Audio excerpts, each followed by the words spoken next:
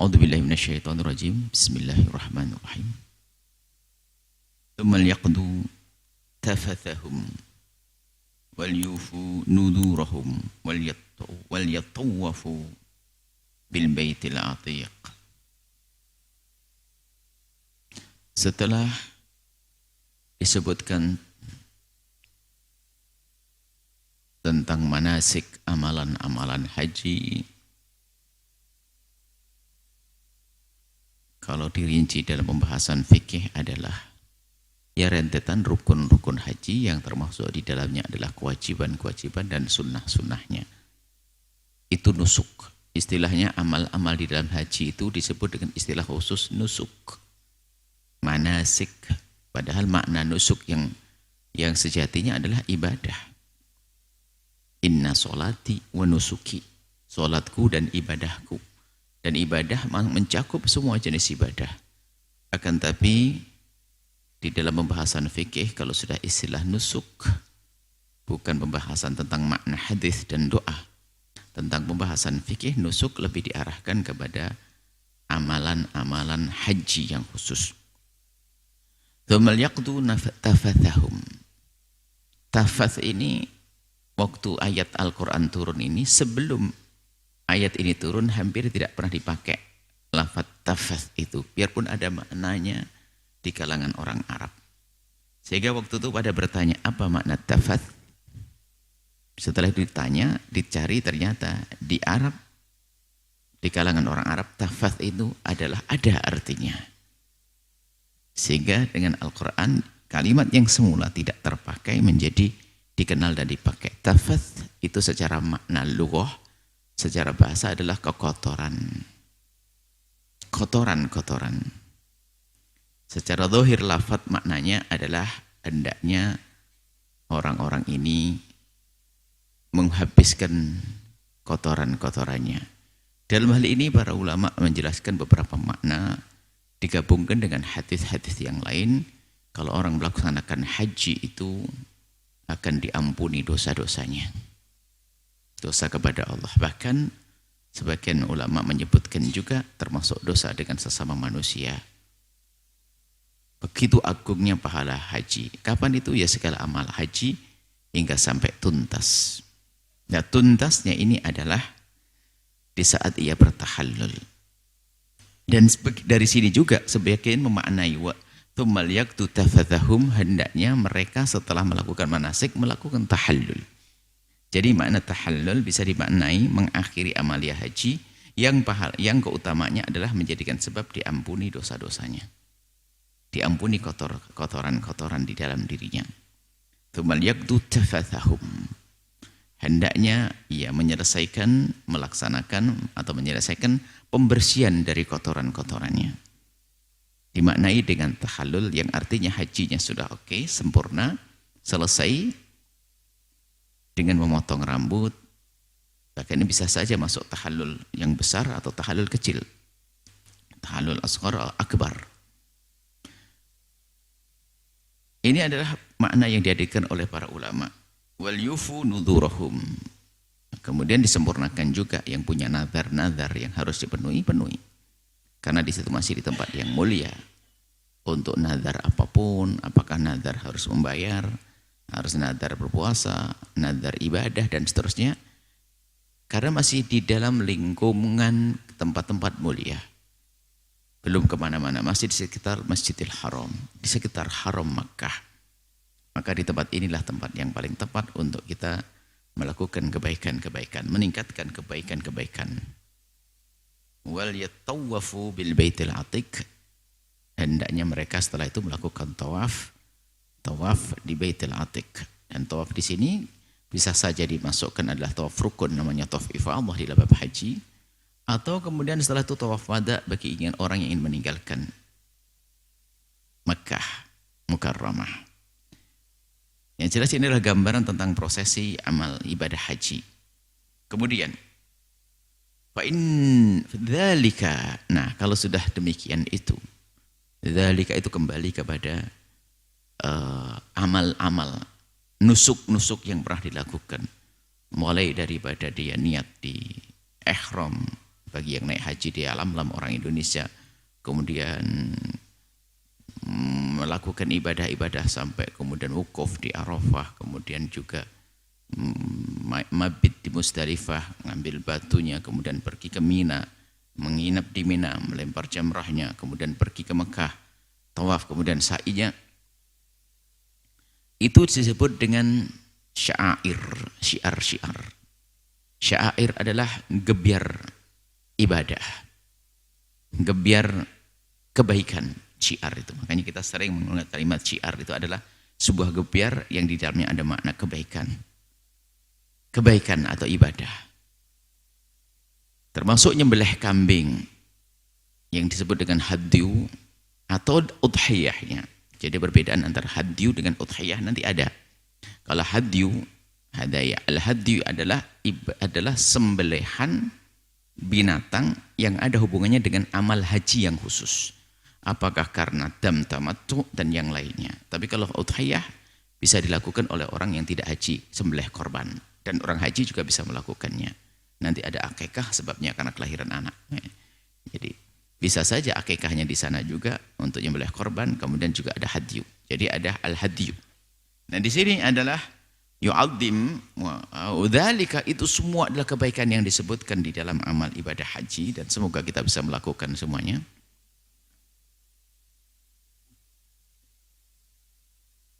Wa man yu'azzim hurmatillahi fa huwa khairul lah. Yu'azzim hurmat.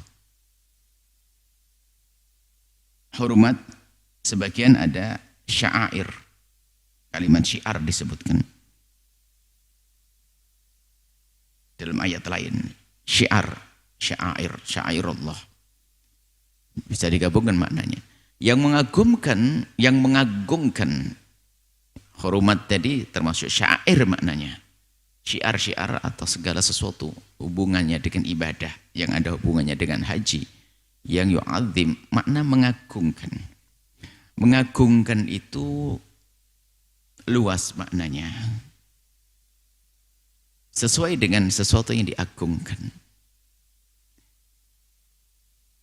Mengagungkan secara zahir, ada mengagungkan secara makna.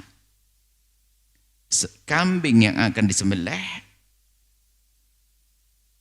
di dalam amaliyah ibadah haji, dam tamattu, dam qiran, atau dam-dam yang lainnya, yang sembelihan kambing harus dilakukan, hendaknya dimuliakan, dijaga, dikhususkan. Itu bentuk mengagungkan zahir. Tapi mengagungkan zahir itu yang azim, ini maknanya apa? Mengagungkan. Ya kalau nyembelih kambing yang gede gitu loh, agungkan, dibesarkan. Jangan ngambil yang kecil-kecil gitu loh. Azim, diagungkan. Termasuk sedekahnya, yu'azzim, diagungkan. Ibadahnya lebih khusyuk, diagungkan. Wa man yu'azzim, barang siapa yang mengagungkan, baik secara zahir atau makna. Zahirnya adalah cara kita bersopan santun dengan sesuatu syiar tersebut.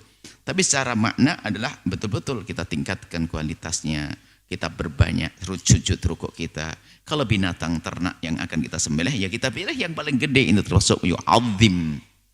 Fa huwa khairul lah, tentu itu yang sangat bagus bagi orang yang melaksanakan ibadah haji tersebut dan segala sesuatu yang ada hubungannya dengan ibadah haji.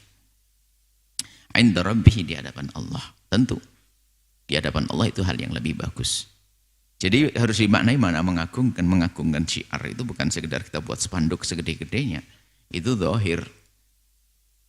Batinnya bagaimana hati kita, sejauh mana kita mencintainya. Kita sering mendengar, ayo kita agungkan syiar dakwah. Apakah cukup menghadiri? Tidak. Ya bagaimana agar syiar dakwah itu semakin luas? Itu mengagungkan. Menganggap ini sesuatu yang penting. Menganggap ini sesuatu yang bermanfaat.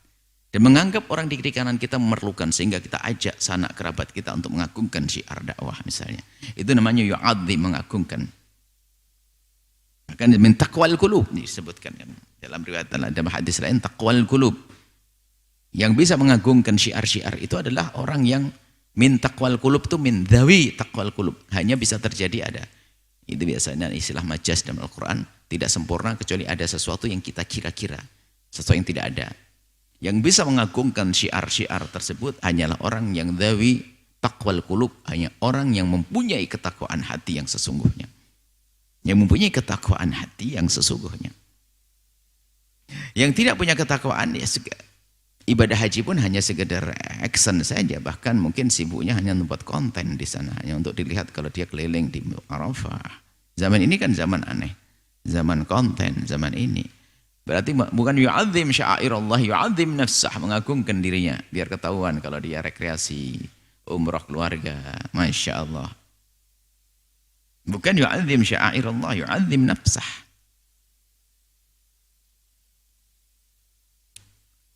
Nah, kemudian wa uhillat lakumul an'amu wa uhillat lakumul an'am. Kemudian uhillat maknanya sudah tempat untuk menyembelih, diperkenankan atau tempat untuk menyembelih binatang-binatang ternak itu yang sudah ditentukan baik secara wajib atau sunnah. Secara wajib adalah karena harus membayar dam seperti dam tamattu. Secara sunnah ya mungkin hal-hal yang lain kalau kita ingin bersedekah dan sebagainya. Atau termasuk korban di dalamnya karena hari itu juga hari korban. Cuman karena ini ada hubungannya dengan sya'air Allah, hurumatillah, ini berarti amaliyah haji semuanya.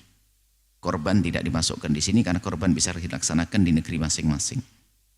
Cuman korban di sana ada kelebihannya karena kelebihan tempat. Termasuk mengagungkan syiar yang ada di sana. Dan ini untuk penyembelihannya al-hadyu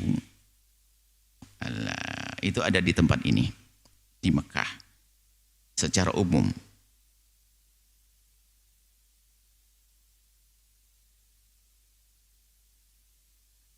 Dan juga ini ada penjelasan bahwasanya setelah orang melakukan tahallul, semula sesuatu binatang-binatang, kan tidak boleh kita urusan dengan binatang, ya, masalah muharramatu al-ihrami, termasuk said, tidak boleh kita berburu dan sebagainya. Maksudnya apa? Setelah itu, setelah kita selesai tahallul tadi, maka kita sudah terbebas. Jadi semua yang dilarang menjadi boleh. Menjadi boleh. Termasuk urusan-urusan dengan binatang-binatang.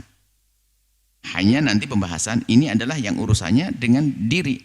Bukan diharamkannya binatang karena keharaman Mekah. Sebab saydul barri, binatang ternak atau binatang-binatang liar, itu enggak boleh. Kita ganggu, kita usik selagi binatang barri, binatang darat, yang liar, yang ada di haram Mekah. Biarpun kita tidak melakukan ibadah haji dan umrah. Biarpun kita tidak dalam keadaan ihram. Hanya disebutkan ini gambaran bahasanya setelah itu, dari selain itu, makanya di sini illa ma yutla alaikum, kecuali yang dilarang. Jadi kita sudah mulai bebas itu, setelah sudah bebas. Termasuk bukan saja urusan an'am, hubungan suami istri dan seterusnya yang semula tidak boleh menjadi boleh, sudah selesai. Illa ma yutla alaikum, kecuali binatang-binatang yang dilarang untuk kalian konsumsi, untuk kalian ganggu, maka itu boleh semuanya. Kemudian fajtanibu rijsa minal authani. Nah, maka karena semua akan kembali ke kampung masing-masing, akan bergaul dengan orang yang bermacam-macam. Selagi masih di sana adalah sempurna pergaulannya, karena semua orang menghadap kepada Allah, menuju Ka'bah musyarrafah dan melakukan ibadah-ibadah. Dan hari ini sudah dibersihkan daripada unsur-unsur syirik. Tidak ada unsur-unsur syirik.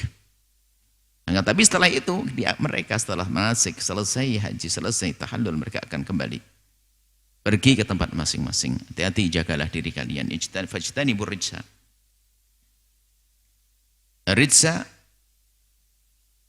adalah kekotoran. Rijsun najis. Innaka rijsun atau riksun. Riksun adalah najis. Najis maknawi atau hissi. Najis secara makna atau secara zahir. Kekotoran.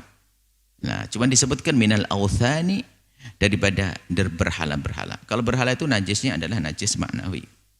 Bukan najis hissi, bukan nyentuh berhala lalu tangan kita kena najis. Makanya yang najis adalah menyembahnya, membuatnya, menyimpannya. berhala itu. Rijsun. Wajtanibu qawla zur. Dan jauhilah qawla zur. Qawla zur ini adalah segala perkataan yang maksiat. Ini lebih umum daripada syahadatuz zur. Syahadatuz zur, kesaksian yang dusta itu masuk di dalam qawla zur. Qawla zur lebih umum. Bisa saja masuk di dalamnya adalah perkataan. Ini adalah peringatan bagi orang yang sudah selesai haji. Pasti kamu akan bergaul. Kalau haji kan kalian sibuk dengan labbaik Allahumma labbaik, banyak zikir. Enggak bisa ngomong zur itu, ngomong kotor sudah hampir tidak bisa. Terbatas waktunya, sibuk dengan ibadah dan seterusnya. Dan setelah itu mulai bebas, yang dagang-dagang, jualan-jualan, yang ketemu teman-teman dan seterusnya. Maka ini peringatan. Setelah kalian terbebas dari amal-amal haji tersebut, kalian akan kembali kepada kehidupan kalian. Maka dari itu waspada dengan berikut ini. Ar-rijs, authan, qaula zur, ngomong yang kotor, dengan berhala-berhala. Baik berhala-berhala yang ditegakkan sebagai patung-patung sesembahan, atau yang ada di otak orang karena pergaulan yang salah di dalam keimanan. Pemikiran maksudnya. Jangan sampai keluar dari haji ternyata pemikirannya. Memang tidak nyembah berhala yang ditegakkan itu. Tapi ternyata punya pemikiran yang salah karena pergaulan di rumah masing-masing. Sehingga ini peringatan agar kita waspada di saat kembali. Hunafa alillahi, dan kembalilah nanti setelah itu hunafa hanif. Hanif itu artinya keluar dari kebatilan. Jadi kalau hanif itu dari asli maknanya itu belok. Belok. Cuman belok tuh dia diganti dengan arti lurus ya hanif itu. Aneh ya. Yang berbelok tapi diganti nama lurus. Itu ya hanif itu. Gimana belok diartikan lurus tuh ya hanif. Karena hanif itu artinya begini. Di saat semua akidah adalah sesat, kekafiran, kesyirikan, orang di alur ini. Kemudian ada kebenaran, berbeloklah kepada kebenaran. Hanif, berbeloklah kepada agama Nabi Muhammad. Karena waktu itu semua nyembah berhala dan sebagainya. Maka ada din an hanif, ada agama yang benar, ya kan? Tapi caranya adalah harus berbelok kita dari arus kebatilan ini. Sehingga berbelok ini akhirnya menjadi ke jalan yang lurus gitu. Nah, seperti itu kurang lebihnya. Sehingga dimaknai, biasanya langsung dimaknai al-hanif itu jalan yang lurus. Yang tulus, yang benar, hunafa'a lillahi, hanya karena Allah Subhanahu wa taala. Ghairu musyrikina bihi. Ini makna hanif ya. Ghairu musyrikina bihi, dengan tidak menyekutukan Allah. Makna menyekutukan Allah sangat luas sekali. Ini bab iman, menduakan Tuhan, menyembah selain Allah. Dan juga kalau kita bicara tentang ketauhidan, tentang keimanan tauhid ini, para ahli akidah membahas detail-detailnya. Kita harus menunggalkan Allah yang maha tunggal, mengesahkan, menganggap Tuhan Allah, meyakini Tuhan itu satu di dalam zatnya, satu di dalam sifatnya, satu di dalam pekerjaannya. Ini harus keyakinan. Kalau dibahas lebih detail masalah ghairu musyrikin. Orang tampak mengatakan Tuhannya satu Allah, tapi ternyata dia tidak mengesahkan sifat. Zatnya iya, dia meyakini zat Allah hanya satu. Tapi ternyata meyakini ada sifat selain sifat Allah pada selain Allah. Ada sifat seperti sifat Allah, ada selain Allah. Meyakini sesuatu punya kekuatan seperti kekuatan Allah. Padahal dia meyakini Tuhannya adalah Allah satu. Tapi punya keyakinan bahwasanya ada sesuatu yang punya kekuatan selain dari kekuatan Allah. Musyrik mempercayai pohon-pohon punya kekuatan selain kekuatan Allah. Kekuatan, tidak tahu terserah namanya Nyiroro gitu loh, atau apa dan sebagainya. Itu namanya menyekutukan Allah. Tetap bukan Tuhan dia. Nah, tapi dia sudah punya keyakinan bahasanya dia meyakini bahasanya di dalam zat tersebut punya kekuatan. Kekuatan dari dirinya sendiri. Bahkan ada cincin. Mungkin wah ini ada kekuatannya. Meyakini kekuatan dalam dirinya sendiri. Biarpun dia mengatakan Tuhan hanya Allah. Berarti dia belum menafikan tentang berbilangnya Allah di dalam sifatnya. Sehingga mungkin sekelumit isyarat tentang al-kumum al-khamsah bagi orang yang meyakini Tuhan Maha Tunggal, lalu agar tidak menyekutukan Allah, mereka harus bisa memahami tentang al-kumum al-khamsah, berbilang dalam hal yang 5. Pertama zat kemudian dua sifat, kemudian fi'il. Dzat terbagi dua, al-kam al-muttasil fi dzat, al-kam al-munfasil fi dzat. Kemudian al-kam al-muttasil fi sifat. Sifat ada dua, al-kam al-muttasil fi sifat, al-kam al-munfasil fi sifat. Kemudian yang kedua adalah al-kam al-muttasil fi dzat. Al-kam al-munfasil. Ya, al-kam munfasil fil fi'il. Jadi yang Allah punya pekerjaan berbilang. Jadi ini adalah sedikit sekelumit pembahasan akidah yang detail oleh para ulama akidah Ahlussunnati wal Jamaah Asy'ariyati. Yang dimaksud kam al-muttasil fi dzat. Orang baru beriman sejati tidak menyekutukan Allah kalau sudah punya keyakinan bahwasanya Allah Maha Tunggal di dalam zatnya. Jangan sampai mengatakan Allah terdiri dari. Nah, kalau terdiri dari itu belum beriman. Misalnya menganggap Allah itu adalah ada anggota-anggota tubuh yang terdiri, ada tangan, ada mata, ada ini belum beriman. Karena dari anggota, setiap anggota ini, na'udzubillah, punya tangan, punya ini, seperti ini. Sebab kalau terdiri dari, kalau Tuhan itu terdiri dari bagian atau unsur-unsur, nanti akan dikejar oleh orang cerdas. Baik unsur-unsur itu di saat bergabung menjadi Tuhan yang Maha Kuasa. Tolong, jika unsur-unsur itu dipisah, apakah dia punya kekuatan mutlak seperti Tuhan yang di saat berkumpul? Di saat unsur itu jadi satu, mereka tidak bisa. Kalau mereka mengatakan bahasanya, oh tidak, unsur ini selagi belum bersatu tidak akan punya kekuatan seperti itu, kekuatan Tuhan. Maka kalau begitu, ini unsur-unsur ini lemah. Yang lemah jadi lemah, nggak mungkin jadi Tuhan. Baik. Oh, setiap unsur punya kekuatan mutlak. Baik, kalau setiap unsur punya kekuatan mutlak, unsur yang kedua punya kekuatan mutlak, unsurnya berarti sudah mengatakan ada 3 Tuhan. Maka tidak sah juga. Ini dibahas oleh para ulama.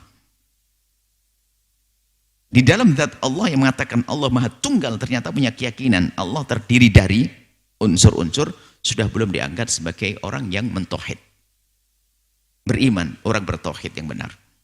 Kemudian adapun al-kam al-munfasil fi dzati, yang terpisah dari zat, sangat mudah, gampang. Pokoknya jangan meyakini ada zat lain, ada Tuhan selain zat Allah. Meyakini ada Tuhan selain Allah, ini lah syirik yang selama ini terbayang di benak kita itu hanya ini saja. Adanya Tuhan selain Allah, seolah-olah itu saja. Padahal lebih dari itu. Kemudian masalah sifat. Mengatakan sifat Allah, sifat zat, itu berbilang, bukan sifat fi'linnya. Sifat zat Allah itu berbilang, sifat misalnya kudrah. Mengatakan kudrah ada 2, itu nggak boleh. Kudrah Allah 1. Sebab kalau kudrah itu ada 2, nanti akan ditanya, dikejar oleh yang cerdas. Baik, kalau kudrah Allah ada 2, yang menciptakan saya kudrah yang mana kira-kira? Oh, kudrah A, oke. Lalu kudrah B ngapain? Nah begitu, itu sama mengatakan ada Tuhan 2. Jadi sifat kudrah Allah adalah 1, iradah Allah adalah 1. Nah, adapun meyakini tentang adanya, tentang harus iman, menafikan tentang kam, berbilang di dalam sifat yang terpisah adalah meyakini Tuhannya Allah ada, tapi meyakini pohon itu punya kekuatan seperti kekuatan Tuhan. Misalnya punya kekuatan dari dalam dirinya. Oh, jimat. Meyakini jimat, bahwa jimat punya kekuatan dalam dirinya. Bukan bicara tentang keberkahan dari Allah. Cincin, wah ini punya kekuatan. Loh, syirik. Mau cincin kok punya kekuatan. Meyakini punya kekuatan dari dalam dirinya. Nah ini, makanya meyakini ada kekuatan dalam dirinya. Nah kalau kita meyakini kekuatan yang pada seseorang dan tampak memang dia bisa ngangkat, kita mengatakan Allah beri kekuatan. Termasuk dari kekuatan Allah. Maka meyakini ada kekuatan di selain Allah, yang kekuatan itu disamakan dengan kekuatan Allah. Artinya kekuatan yang nggak ada hubungannya dengan kekuatan Allah, maka dia sudah menyekutukan Allah. Ini bahasanya. Jadi masalah menyekutukan Allah ini adalah sebetulnya perlu dilentrehkan sedikit. Dan kebanyakan syirik-syirik hari ini bukan syirik mengatakan ada Tuhan 2, kecuali memang orang yang beda agama dengan kita. Orang di dalam Islam. Orang berbeda agama dengan kita yang mengatakan ada Tuhan 1, Tuhan 2, 3, urusan mereka, karena memang bukan orang beriman. Tapi di dalam Islam sendiri kepleset di dalam masalah ketauhidan tersebut. Baik, kemudian masalah menafikan kam al-munfasil fil fi'il. Jadi Tidak boleh kita mengatakan bahwasanya ada pekerjaan selain kerjaan Allah. Perbuatan. Jadi Allah, ini pembahasan panjang nanti, Allah yang menciptakan semua perbuatan manusia. Tidak ada perbuatan manusia kecuali itu adalah ciptaan Allah, baik dan buruk. Dan kalimat Allah menciptakan itu bukan Allah mengerjakan. Kadang kita tidak bisa membedakan antara menciptakan dan mengerjakan. Jika ada orang berzina, maka Allah yang menciptakan pekerjaan zina. Tolong dibedakan. Bukan Allah melakukan, na'udzubillah itu. Ini beda antara melakukan pekerjaan dan menciptakan pekerjaan. Adapun pekerjaan yang menciptakan Allah, karena apa? Makhluknya yang menciptakan adalah Allah. Yang menciptakan manusia adalah Allah. Makanya semua yang terjadi adalah tentu ciptaan Allah. Sangat jelas. Lalu hukuman kepada manusia itu bukan urusan dengan pekerjaan itu, akan tapi dengan urusan dengan kemauan, iradah yang ada pada diri seorang hamba di saat melakukan pekerjaan. Zina, mabuk, judi dan sebagainya, jika ia melakukannya atas dasar kemauan dalam dirinya, maka itu yang akan dihukum. Kalau ada orang salah minum air, tak taunya itu memabukkan, lalu dia mabuk beneran, enggak dosa, dia salah. Seorang ibu miring ke kanan, tiba-tiba menggencet putranya lalu meninggal, tidak dikatakan salah. Karena tidak sengaja membunuh, karena tidak dengan iradah, tidak dengan kemauannya. Ini ada seputar akidah, akan dibahas dengan detail insyaallah. Ini tolong dicari pembahasan kami di masalah urusan akidah detailnya, kami isyaratkan ke sana. Kita membahas urusan haji. Musyrikin bih. Ghairu musyrikin, tidak menyekutukan Allah dengan pemahaman yang tadi kita sampaikan, pemahaman tidak menyekutukan Allah. Wa man yusyrik billahi, barang siapa yang menyekutukan Allah dengan pemahaman tadi, faka'annama kharra minas sama'i, seperti orang yang turun dari langit, jatuh dari langit. Fatakhtafuhu at-tayru, kemudian di atas itu dibikin bancaan, diperebutkan oleh burung-burung. Hancur, artinya apa? Hancurnya sehancur-hancurnya. Bukan gambaran hancur sehancurnya. Kalau orang jatuh saja sudah terpuruk dia. Ternyata jatuh di cabe-cabe. Itu lagi sudah jatuh ketimpa tangganya karatan lagi. Nah, ibaratnya kurang lebihnya seperti itu. Jadi maksudnya ini gambaran tentang hancur sehancur-hancurnya. Atau di saat di atas itu dihamburkan oleh angin kencang. Di makanin sahikin. Jadi di tempat yang jauh tinggi. Maksudnya betul-betul gambaran tentang kerugian yang sangat rugi. Ini kerugian yang sangat rugi bagi seorang yang menyekutukan Allah Subhanahu wa ta'ala. Jadi jauh sekali, tinggi sekali, pokoknya dia jatuh dari kursi, ya, paling sedikit lembab kaki, jauh dari meja, meja, iya, dari loteng. Saya lebih tinggi lagi, gunung, langit lah. Maksudnya ini adalah gambaran tentang begitu hancurnya orang yang melakukan kesyirikan tersebut. Dzalika, ini diulang lagi, dzalika wa man yu'azzim sya'airallahi fa innallaha min taqwal qulub. Tadi kami sebutkan, kami hukum sudah kami serahkan dzalika. Nah, dari semua itu orang yang melakukan ibadah amalan haji. Kemudian setelah itu kan berita tentang yang ada di Makkah sana. Setelah pulang menjaga keimanannya, tidak menyekutukan Allah dan seterusnya, maka dzalika itu adalah orang-orang yang seperti itu adalah orang yang selamat, yang mengagungkan syiar agama. Wa man yu'azzim sya'airallah, barang siapa mengagungkan syiar-syiar Allah, fa innaha, sesungguhnya syiar-syiar itu, tentunya maksudnya yang bisa mengagungkan syiar-syiar tersebut dengan pengagungan yang kita jelaskan tadi, maka itu adalah min taqwal qulub. Para ahli tafsir menjelaskan min dzawi taqwal qulub, maksudnya hanya bisa dilakukan oleh orang-orang dari yang punya ketakwaan hati. Yang enggak punya ketakwaan hati tidak akan bisa menemukan itu semuanya. Hanya sekedar semacam rekreasi, sekedar melancong. Lakum fiha manafi'u ila ajalim musamma. Lakum fiha manafi'. Sya'air itu tadi wa man sya'air bermacam-macam maknanya, syiar-syiar. Cuman kalau sudah ditampakkan di dalam haji ini, syiar itu adalah kegiatan-kegiatan seperti nanti ada namanya Masy'aril Haram. Masy'aril Haram itu kalau kita melakukan perjalanan dari Arafah menuju Mina itu bermacam-macam, kebanyakan jalan kaki. Kita akan melewati satu lembah, kita berada di satu tempat di Muzdalifah, sekitar Muzdalifah. Orang itu kalau dari wukuf di Arafah itu hampir serempak waktunya mereka akan menuju ke Mina dan ingin mabit di Muzdalifah. Tampak hari ini sudah terlihat, kalau malam hari tentu banyak lampu di sana. Kalau menjelang malam, menjelang sore itu akan kelihatan bahwasanya jika Anda mengambil tempat yang lebih tinggi akan tampak bahwasanya di tempat tersebut putih semuanya, masy'ar, sehingga tampak syiar haji di situ. Dan orang bergerak perlahan menuju Mina.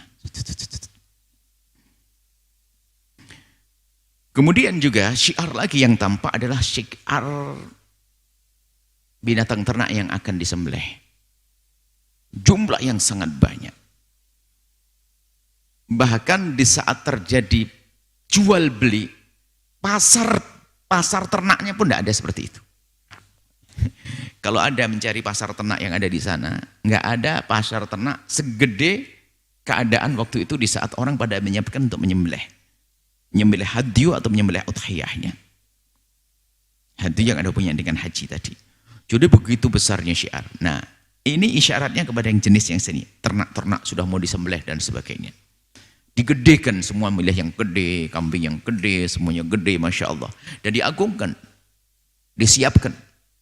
Cuma cara mengagungkannya bukan seperti orang awam mengagungkan binatang-binatang ternak. Sebab orang awam itu sebetulnya adalah pengennya beriman dengan fanatik, tapi dengan cara salah. Apa itu? Ditulisi nama Allah.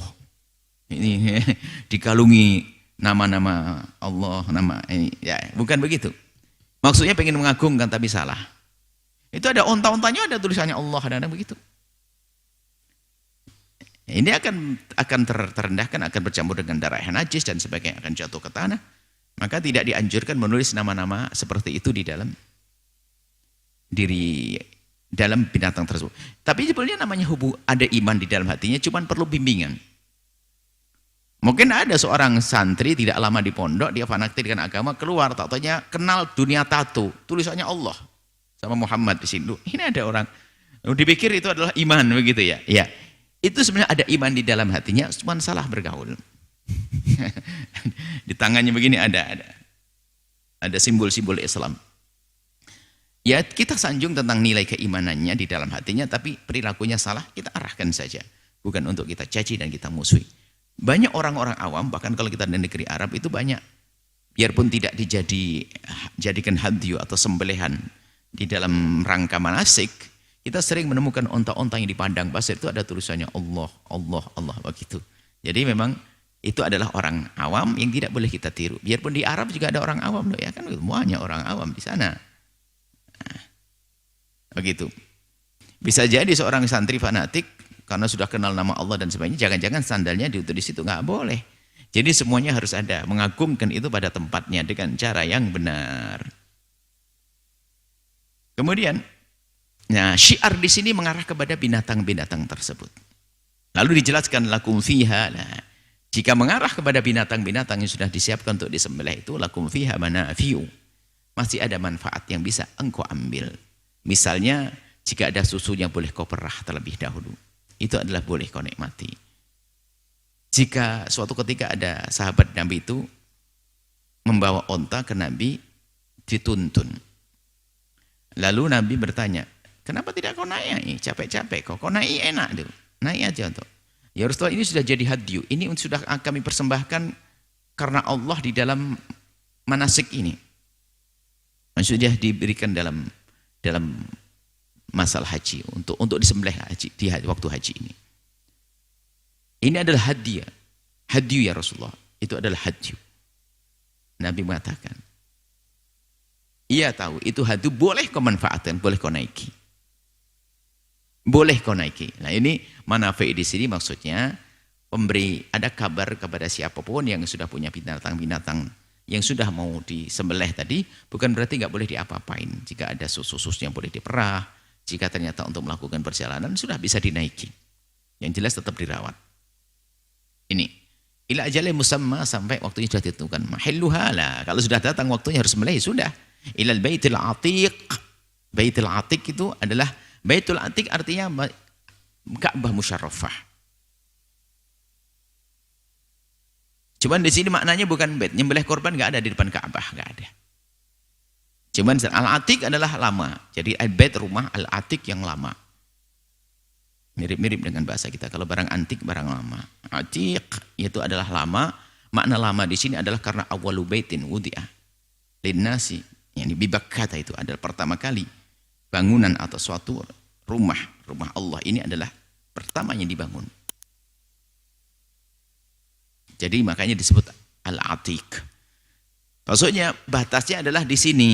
Jadi sembilan di sini dan waktunya sudah ditentukan, jangan lebih. Maka setelah sudah waktunya sudah, jangan kau manfaatkan lagi. Disembelih setelah selesai.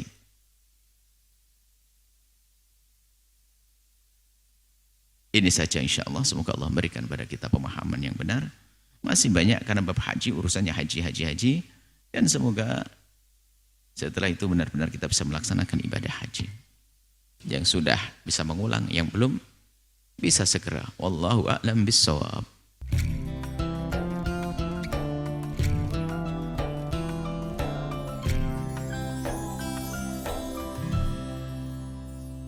Sahabat Al-Bahjah TV, setelah menyaksikan video ini, jangan lupa bersolawat kepada baginda Nabi Muhammad. Shollu ala Nabi Muhammad. Allahumma sholli alaihi wa ala alihi wa sahbihi.